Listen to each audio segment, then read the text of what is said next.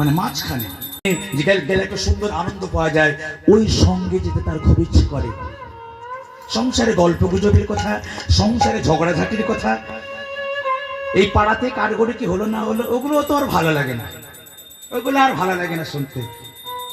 শুনতে ভালো লাগে গীতা পাঠ যেখানে হয়, শুনতে ভালো লাগে যেখানে সাধু সঙ্গ একসঙ্গে বসে তারা আমার প্রভুর নাম গুণগান ভাবির ঘরে করে, ওই জায়গায় গিয়ে বসে থাকতে হৃদয়টা বড় ভালো লাগে। এই দশাটা যেদিন আপনার হয়ে যাবে, সেদিন আপনি হয়ে গেলেন কিছুটা হলেও উদ্ধবত। এতদিন ছিলেন প্রবর্তক, এবার আপনি হয়ে গেলেন সাধক বা সাধিকা। যারা পুংলিঙ্গ তাদেরকে বলো সাধক, যারা স্ত্রীলিঙ্গ তাদের মনে সাধিকা। এই সাধকের দশাটা অনেকদিন চলবে, এরপরে আপনার দশা হবে সিদ্ধ দশা। সিদ্ধ দশা যখন হবে, তখন কি হবে আমার গতি? তখন নিজে ভালো করে শুনবেন ব্যাখ্যাগুলো। নিজের ছেলের প্রতি যে মমতাবোধ, একটা পাড়ার ছেলের প্রতি সেই একই মমতাবোধ। দেখবেন আমরা এখানে অনেক বাবা মা আছেন, দেখবেন নিজের ছেলেটাকে খুব ভালোবাসি, আর পরের ছেলেটাকে অতটা ভালোবাসি না। কিন্তু যখন আপনি সিদ্ধ মার্গে চলে যাবেন, তখন নিজের ছেলেটার প্রতি যে ভালোবাসা উজাড় হবে, পাড়ার ছেলেটার প্রতি একই ভালোবাসা উজাড় হবে। এবং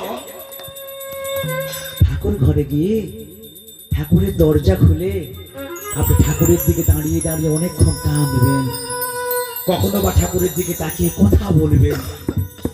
যারা আনজন, যারা জানি না, তারা বলবে আরে এই পাথরের মূর্তি, ও তো কথা বলে না, তো দরজা খুলে ওর দিকে তাকিয়ে তাকিয়ে কি বলছিস? সে তখন বলবে প্রভুর সঙ্গে কথা বলার মতো সেই হৃদয় তোর নাই। আমার কাছে উনি পাথর নয়, আমার কাছে উনি হলো সাক্ষাৎ অনাদির আদি গোবিন্দ ভগবান। যারা মূঢ়জন হয়, যারা মিথ্যে কথা বলে, যারা অসৎসঙ্গ করে, তাদের কাছে ওটা পাথর, কিন্তু আমার কাছে ওটা পাথর নয়, আমার কাছে হলো ওটা স্বয়ং ভগবান। মীরাবাই প্রমাণ দিয়েছে, তার মীরাবাইয়ের নাম সবাই জানেন। মীরাবাইয়ের স্বামী বলেছিল, হ্যাঁ রে মীরা, আমি তো নিজের স্বামী, আমার সঙ্গে গল্প করছিস না, তুই দরজা বন্ধ করে কার সঙ্গে কথা বলিস?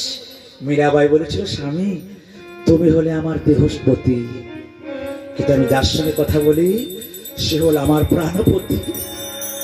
আমার দেহটা যতদিন ততদিন তোমার সঙ্গে আমার সম্পর্ক, তুমি আমার স্বামী, আমি তোমার স্ত্রী, কিন্তু যেদিন আমি মরে যাব সেদিন তোমার সঙ্গে আমার স্বামী স্ত্রীর সম্পর্ক বন্ধ হয়ে যাবে।